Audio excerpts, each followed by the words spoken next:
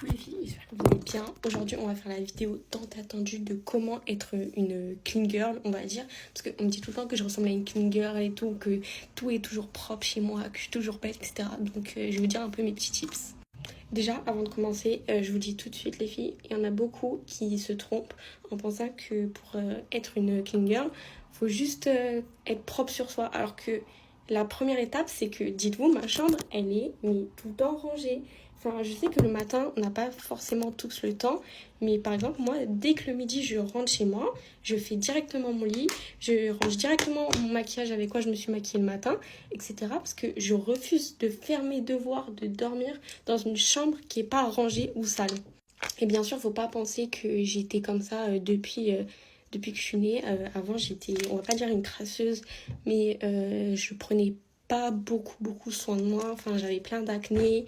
J'étais super maigre quand j'étais en primaire, etc. Les gens, ils se moquaient de moi.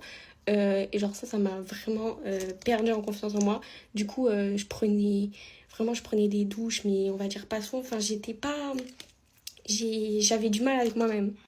Et on sait tous que quand on a 13, 14, 15 ans et tout, moi je sais que vraiment j'étais dans une période, j'avais un style vestimentaire vraiment horrible, je prenais pas soin de moi, ma chambre elle était mais horrible. Et c'est vers les 13, 14 ans que genre j'ai eu un déclic on va dire. Et que j'ai commencé à prendre plus soin de moi, à vouloir voir un dermatologue pour mes boutons, à prendre...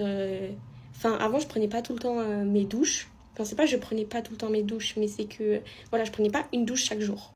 Et dans ma famille, il y avait personne qui m'a appris que fallait prendre sa douche tous les jours, etc. Que fallait se laver comme ça. Enfin, c'est moi qui ai tout appris avec les réseaux, etc. au fur et à mesure. Mais sinon, avant... Faut pas croire que j'ai toujours été comme ça et c'est à force de connaître, de faire des erreurs que j'ai fini par être propre sur moi. Et par exemple, moi, le déclic que je sais qu'il est arrivé quand je me suis dit mais je vais pas rester comme ça toute ma vie et après genre plein de ruptures parce que j'ai enchaîné et bah je m'étais dit bah c'est pas moi quoi, enfin je sais pas, je joue à quoi etc. Et j'ai complètement arrêté tout. J'ai fait une pause, j'ai tout changé chez moi, mes cheveux, tout, mes lunettes, etc.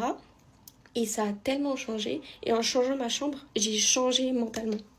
Parce que je sentais que c'était pas moi. Et on va dire que depuis maintenant beaucoup de mois, et bah j'ai voulu changer ma chambre, à être de plus en plus minimaliste dans ma chambre.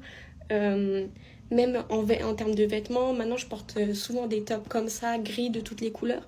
Enfin, je suis moins dans l'extravagant, dans le large. Avant, j'étais très high-tech, etc. Et même mes potes me l'ont dit que maintenant, ce style vestimentaire, il me va beaucoup mieux qu'avant quand je venais tout le temps en high-tech, en jogging, etc. Et surtout, ce qui m'a fait devenir on va dire une clean girl, enfin bon, une fille qui est propre sur soi, c'est de voir toutes les vidéos des filles qui m'ont du coup encouragée à devenir comme ça, on va dire. Parce que je me trouvais sale, je m'étais en mode, mais comment elles peuvent être comme ça et moi, je suis comme ça. Du coup, en commençant à changer mon style vestimentaire, après, je dis pas forcément qu'on est obligatoirement obligé de changer son style vestimentaire,